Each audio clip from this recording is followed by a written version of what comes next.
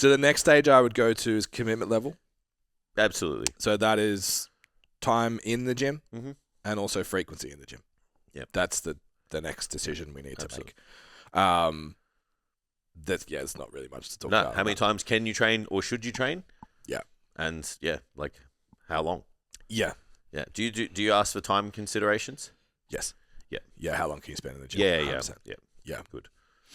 Yeah, that's almost more important for me than frequency. Yeah, I we feel gotta like get good people quality sessions in. I feel like people will make frequency work whatever I tell them, Yeah. Okay. but they're like, I've only got this long. Mm. I can go 5 days, but I've only got this long. I've got some people that are like 4 days have an hour, Yeah. and like it's like, man, making it work so easy. I actually started paying attention to my working time in the gym, like because I fucking go so early, I have to de-pretzel myself. So it's a 5-minute walk, it's a 15-minute warm up, and it's like I actually started looking. I trained in the afternoon. I fucking look great training after a few meals. Just putting that out there. Yeah. Look like a totally different human being. Ideal world.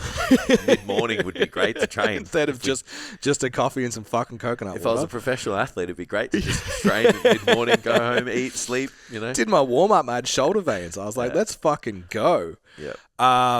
Where was I going with that? Yeah, so it's like Time commitment. there's a lot of time just to get prepped to train. Absolutely. But my actual training time is like 45, 60 minutes. Yeah. Yeah. Yeah. It's Again, because it has to be. It's like otherwise I'm at the gym at... Yeah, don't get me wrong. Like some of the people in time constraints, like they're not ridiculously strong. So Yeah. there would have to be a discussion at some point where if they got to a certain point, I'm like, You have to rest longer because you're strong. Yeah, like and you can't we can't pick like 2 exercises that are like warm up / like stimulatory. Like I can't just do face pulls and push ups and fucking shrugs and then you move into your bench press. Yeah. Like you're gonna need to Prepare your bench press. You're gonna need to prepare your body for fucking bench press. Yeah. Like, it doesn't always work like that. Yeah. Yeah. All right, so commitment level tick, and then we've got the program itself. Yeah. So as I kind of explained, I've got this like system that I see programs through for a physique program, which is essentially your model. But for me, it's like, how do I train the muscle? Yeah. I need to train the muscle through lengthen, shorten position, different ranges, different line of force, like whatever. All of the filters that we're putting through. Yeah. And I'm training... Loadability, access to range of motion, output. Yes. Yeah. And when I'm thinking about it, I'm like, I'm going to train the quad, not the squat. Yeah. If I go to a strength program, I'm training movement. Yeah. Always. Even the bicep curl is a consideration to movement. I want you externally rotated when you do this because we don't get externally rotated. And what I'm trying to actually do is bulletproof your elbow as much as I'm trying to give you cool guns. Like, that's the lens that sort of goes through. So I'm training what is a quad exercise is actually a squat exercise for me. What is a hamstring exercise is a hinge exercise preference. And then going into the hybrid is just like, are we building it's basically strength, movement, muscle centric, and then you've got power and endurance on the other end of that. It's a little bit greedy, just throwing it out there. It is, and it's hard. It's hard both to do and to program. It's the definition of let's try and do everything. Yeah, 100%. Yeah. And it's like, we can do a whole episode on actually programming well for that. It's really fucking hard. Yeah, because people underestimate, particularly power. You Yeah. train power well, man, like properly. Like, It's very low volume. medicine ball throws should be 5, not 50. Yeah, of course. Yeah, absolutely. Yeah, and they about it the next day. Yeah, understand actual power and like use like tendo units and all that. You're like, Yeah, you can't do that repetitively, man. yeah. If you do, you're just not. It's like, I can squat every day. It's like because you're weak. Yeah. You can throw a medicine ball 50 times. It's because, like, sorry. That's why I can squat every day. Yeah. That's absolutely true. But if I can do 50 ball slams, like, you're not slamming the ball, you're dropping it. Yeah. Sorry. Yeah. Agree. Yeah. Absolutely agree. So they're the 3 program models that I would look through. So then I'm taking the above information and then applying it to the program. So this is where the fucking horrible word that is template the T word that you're not allowed to say in some circles in fitness.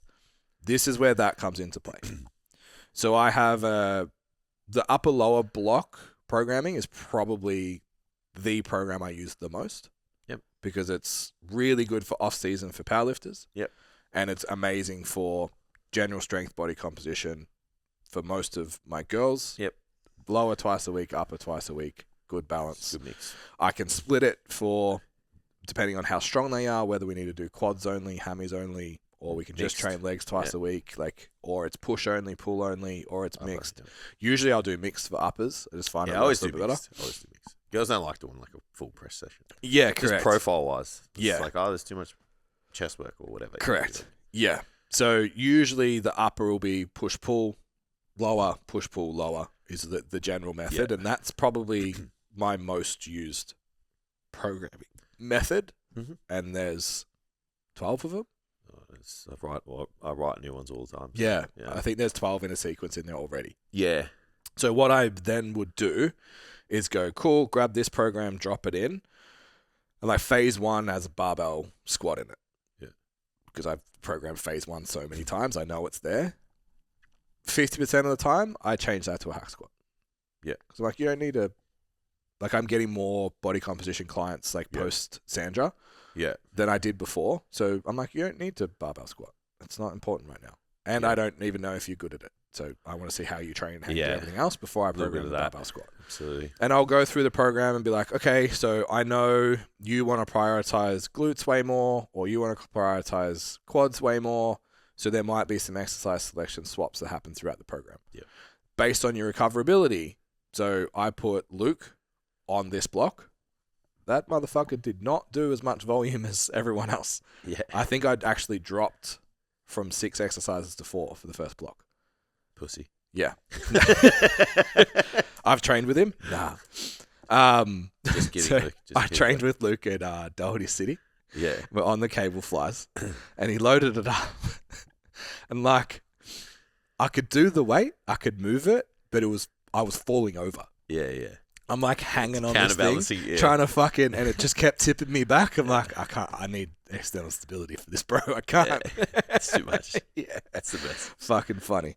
90 kilos versus 120. Yeah. Just doesn't matter. No. Yeah. Definitely not. Yeah, and he was probably just like, what do you mean? Can't we do the stack? What a flex. Yeah. So yeah, he's obviously not going to do the same amount of volume because he's incredibly strong. What he's going to get out of every set's much higher. More skill though, yeah. Even just like the connective tissue stress is going to be more because the net load is higher.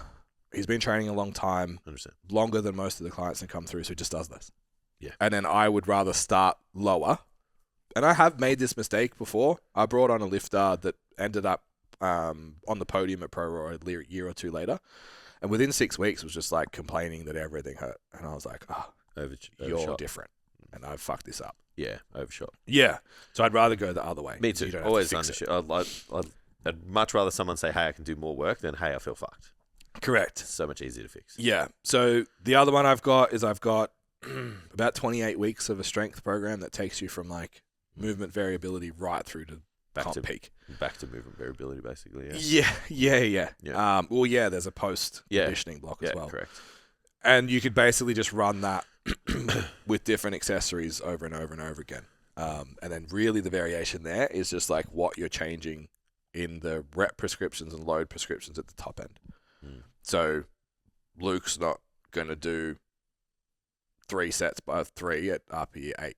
He's probably going to do a top set and back off because if he squats 250 3 times, it's going to fucking 9 sets at 250 is a lot. Fuck that. 9 sets at 80 kilos is fine, regardless of your body weight. Yep. So I'm just going through the program and being like, based on the characteristics, recovery capacity, and goal of this human being, how does this program get adjusted for them? Yeah. And roll it out. That process can take 2 minutes. It can take 20. Yeah. Depending on the gap of that person. We actually I took a lot of Kayla's programs for Sandra. Yeah.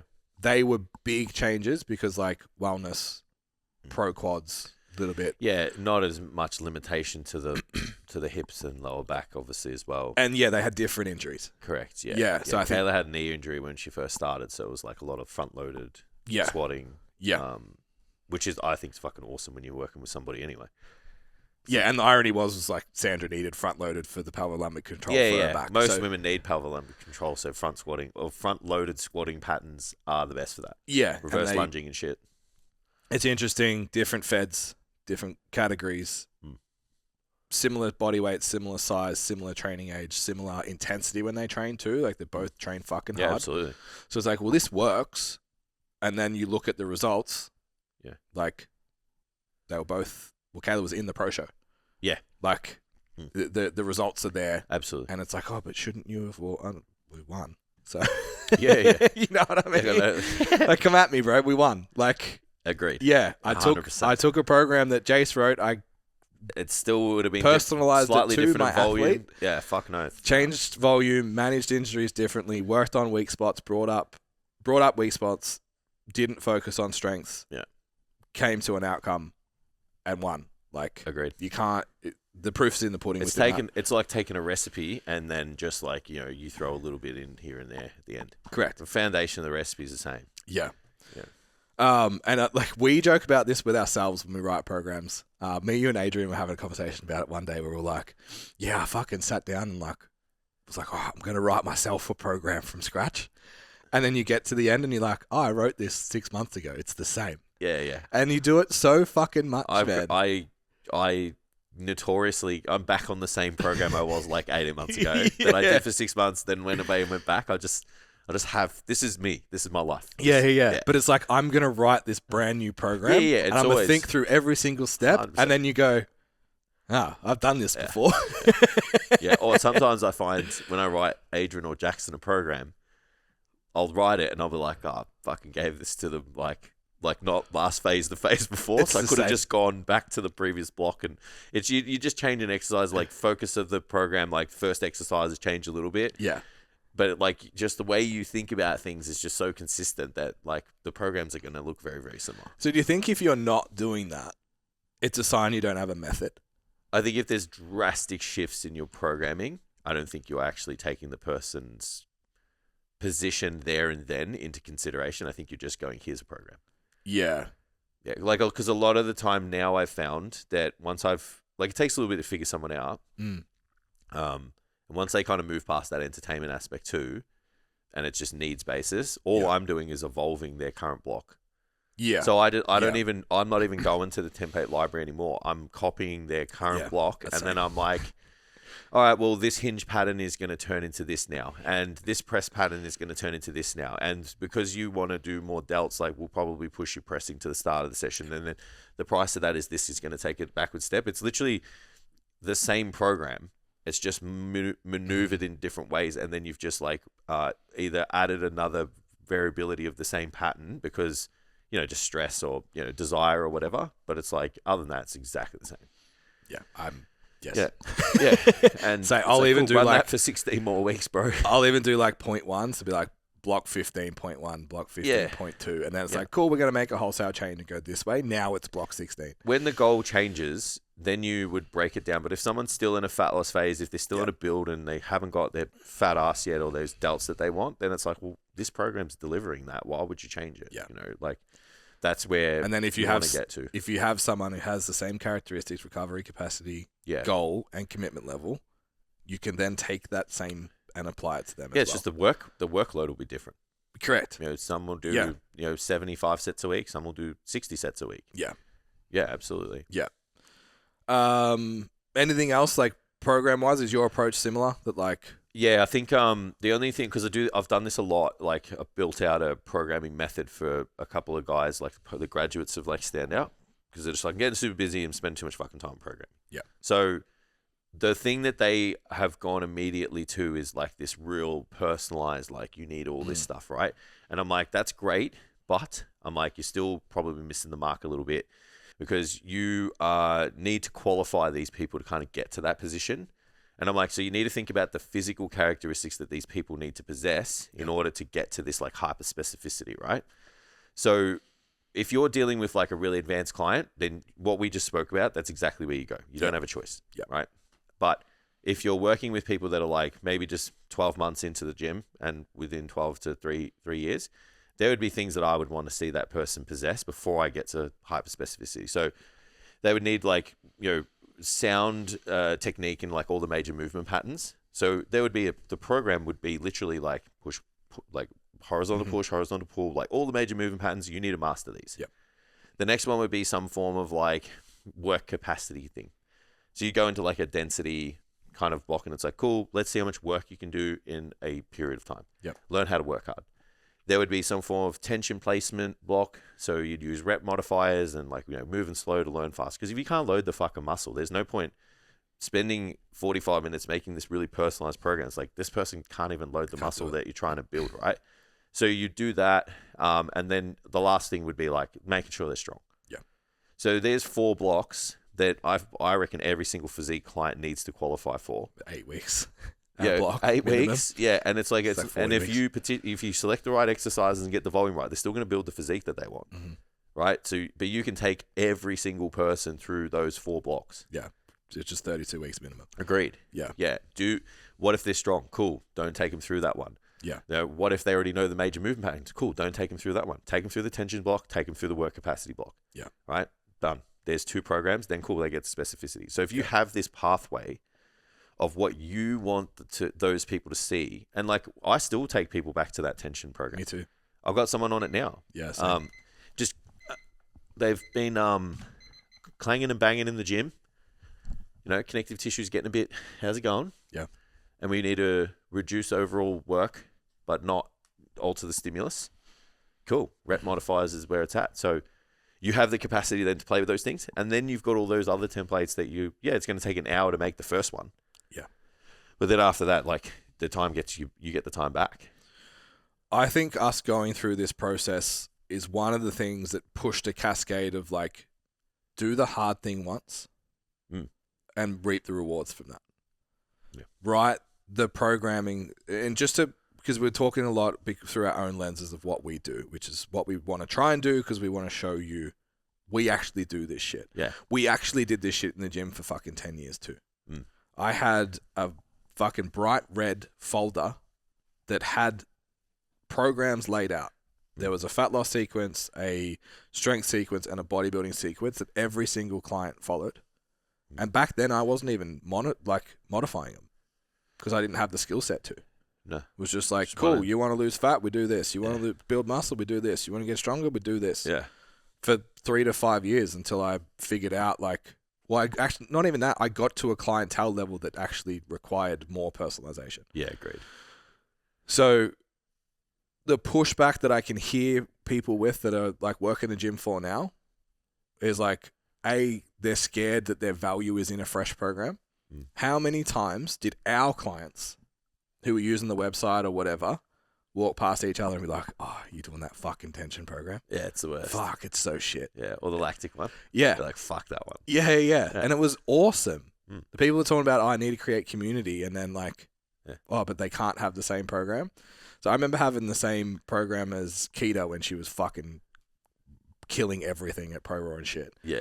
And like, I would message, be like, have you got fucking split squats after that? She'd be like, yeah. It's like, Will was giving us the same program. It's like, oh, mad. So we got to like chat of like, who's doing what. Yeah. And again, it created community. But there was at no point was I like, he's not doing he didn't write me a custom program. It's like, we chipped each other by 2.5 kilos. Yeah. Every comp. So it's like, well, yeah. Yeah, and I'm sure it worked as well. I'm sure you got. I only put on 80 kilos a year in my total for 4 years. How dare they? No good. Must have been shit. Yeah. Maybe the program was for me. I think they move away. I think people just forget that if it delivers the outcome that's intended, then it's okay to use whatever tool you have. And that's what you're being paid for. Yeah. Is getting the outcome. It's these same people will pride themselves on like the length of their check-ins. And then they'll get anxious when they don't deliver a 30-minute check-in. It's like, what if the person only required a minute? Yeah. What if the person only required 4 minutes? Like, do you sit there for the rest of the week and go, there's 24 minutes I've got to give to you? Yeah. Like, that could have been a resource. Yeah, that's an exhausting mindset to have on how to run your business. Yeah. Like if you give someone what they need, they're happy with the outcome that they're getting. And it's exactly like you can wholeheartedly say you weren't being fucking lazy. Like, you know, I'm not just giving you this program because it's fucking easy to do and you'll just shut the fuck up and do it. It's like this is going to tie into your goal and help you get further along towards it. Then you're sweet, man. Yeah. Yeah. The other cool thing is like when you do this over time, like that strength protocol, I ran the math on it, like when we had all the trainers and we're doing lift offs and all that kind of things. It's done 200 preps. Yeah. And I think it's like 99.9% PB rate. Yeah. So it's like every time we did it, I adjusted it. This didn't work. This did. Yeah. Oh, we got feedback of like lower back pain during this program. I need to change this and that, tweak that. So I give it to someone now. I'm like, yeah, this has been run 200 times. That's not a bad thing. There's a lot of proof. It's a fucking great thing. Yeah, agreed. Yeah. But yeah, like you said, if you've listened to this and you're like, fuck, this is me, I would encourage you to have a look where you're taking this mindset of, it's probably like a time for money type mindset of like, my input is my value. Time input or effort input is my value, not the outcome, which will mean you don't have resources for nutrition, sleep, warm-ups, like whatever else, lifestyle supplements that you've made once that you don't have to fucking make again. Yeah. Because you're like, oh no, I need to tell them in every session. I need to hold their hand in every check-in. It's like, yeah. It's also like an unacceptable weakness to stop you from scaling, in my opinion. And that's exactly like right. And that's the purpose of this episode, absolutely. Right? It's like program an elite way so you still get elite results. We're talking about... You can work with a large capacity of people and still deliver a really high service. Correct. And get results with all of them. Yeah, absolutely. Yeah. It's proof in the pudding. Awesome. That was fun. Yeah, we haven't talked about training for a while. I love talking about programming. Yeah. Didn't really talk about it much, but we still did. Yeah. So like, this is the overarching stuff, but we didn't get into the meat and nuts, which is the funnest part. Yeah, which we can do. Yeah, of course. Just not for the next 4 weeks because I've already written them all. So. Yeah, I get it. All right. Damn it. Right. Might have to deliver one and stand out then. Yeah, we'll just run one just because we want to talk about fuck it. I did movement assessment on the weekend and I only had 30 minutes. I was like, oh, this is so fun. Yeah. This for 3 hours. I love talking about hard coaching skills are awesome. Yeah. So message us if you want us to do more of that shit. Let us know. Yeah. Because we're passionate coaches as well. Like it's not all ROI and fucking leads and calls and shit. It's almost like we did this for 15 years. Yeah, like it's almost like we still do this every week. I love talking about training. Yeah. So yeah, anyway. All right. Like, share, subscribe, do something to help us spread this episode to more people because more people need to know this. Yeah. The care about your client we love that. And 99% of the people that come through, honestly, everyone that comes through Standout PT really, really cares about their clients and they're actually genuinely really good at their job. Yeah. That's not the problem. They're coming to us because they know we care about that, but they're not getting the business stuff right. So if you want us to talk more about being even better, but even through the lens of, I want to be great, but I need to scale. So you're having that business hat on at the same time, so you're not burying yourself just doing shit you don't need to do. Yeah, good. So yeah, put this out, get it out to more people, comment, DM, do something. If you do want to work with us, so we have our entire programming model. So we've run this as like multiple day weekends, in-face workshops, in-person, face-to-face. They're available as a bonus inside Standout PT. We have I think it's 50 units just on hard skills. Strength programming, physique programming, movement assessment, fat loss, comp preps for both powerlifting and bodybuilding. Nutrition coaching. Allied health, pairings, nutrition coaching, performance coaching. It's all in there, pre-recorded, done. The workshops are 3 hours. And our strength programming one, for example, will be 5 workshops. So it's all there if you need to get good at the hard skills, and we'll help you frame the hard skill to make sure your business still works as well. So book a call. Happy to come and chat. Maybe we do an audit of what's efficient and not efficient in your business. If you're stuck at a number of clients and you can't feel you can go any further because you feel too busy, book a call and we can unpack that for you. And if I'm good and you like it, we'll talk to you about Stand Up. I'm going to stop talking now. We'll be back next week with Jason and Jess doing a Q&A episode. So make sure you tune into that. They're always really fun. And I'll be back in a couple of weeks. Ciao.